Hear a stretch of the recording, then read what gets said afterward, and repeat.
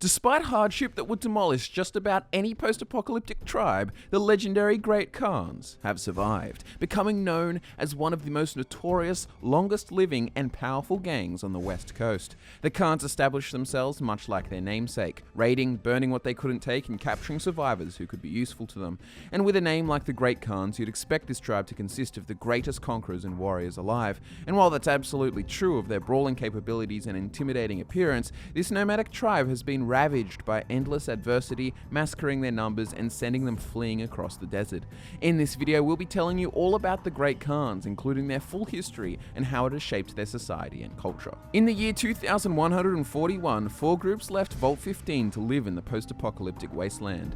3 of these 4 groups took on the form of roving gangs. They were the Jackals, the Vipers, and the Khans. The leader of the Khans was known as the Death Hand, and he took the Khans on raids throughout the villages of Shady Sands in the New California Republic. Just under 20 years after their founding, the Death Hand was killed by his ambitious son, Garl Death Hand, who took over the tribe and established a camp southeast of Shady Sands. The camp was their new base of operations, and when they weren't there, they were in Junktown, relaxing with the young women inhabiting the settlement. This pastime proved to be the bane of Garl Death Hand when a hero known simply as the Vault Dweller killed him for kidnapping a local girl named Tandy.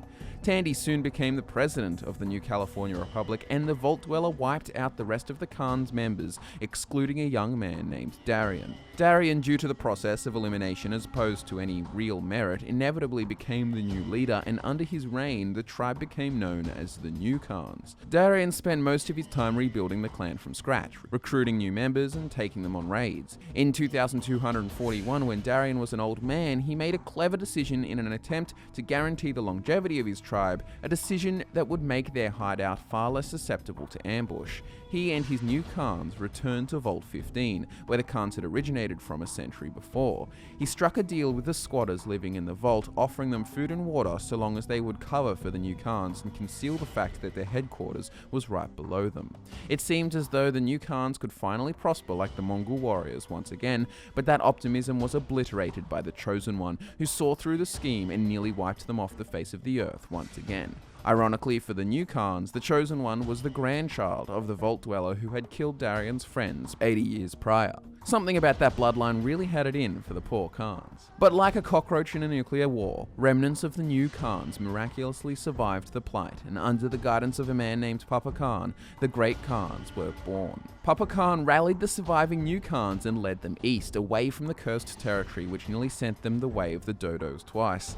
The Great Khans made their domain in the Mojave Wasteland, more specifically the ruins of Las Vegas, by 2267. They flourished here for several years until Mr. House and his Securitrons, as well as his allies in the Chairman, the Emerters, and the White Glove Society, evicted them forcefully.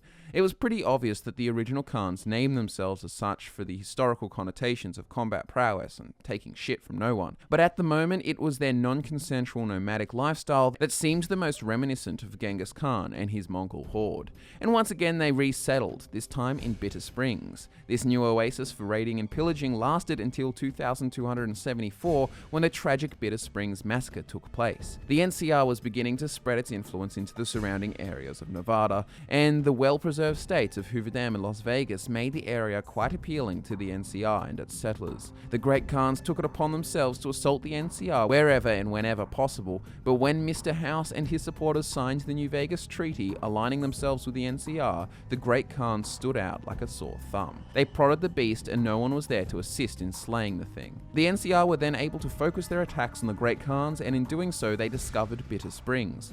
While the warriors of the tribe fought the NC army, the vulnerable, the women, and the children were sent to the relative safety of a nearby pass. The first recon were ordered to kill all of the fleeing Khans, as they were suspected to just be more warriors. The death of these innocents has since been known as the Bitter Springs Massacre. Whether miscommunication and a lack of intel or more sinister reasons are to blame, the troopers involved in the massacre were most certainly mentally and emotionally damaged by the events. But as you'd expect, it was the Great Khans who came off the worst in this.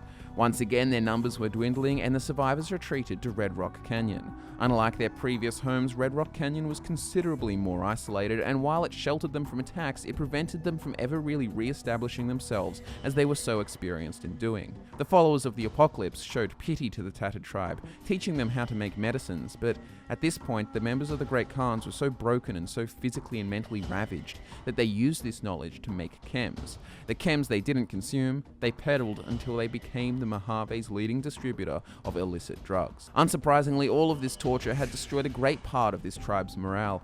Now they can be found living in Mongolian-style tents in their dusty canyon, but rather than the great threat to settlements they once were, they are now perceived as savages and shadows of their former glories. When they aren't shooting up, they are hunting, farming, and selling, opting to sustain themselves rather than reap the efforts of surrounding settlements. And that concludes the grim story of the resilient Great Khans. Subscribe to FudgeMuppet for more Fallout content and give the video a like for Great Khans.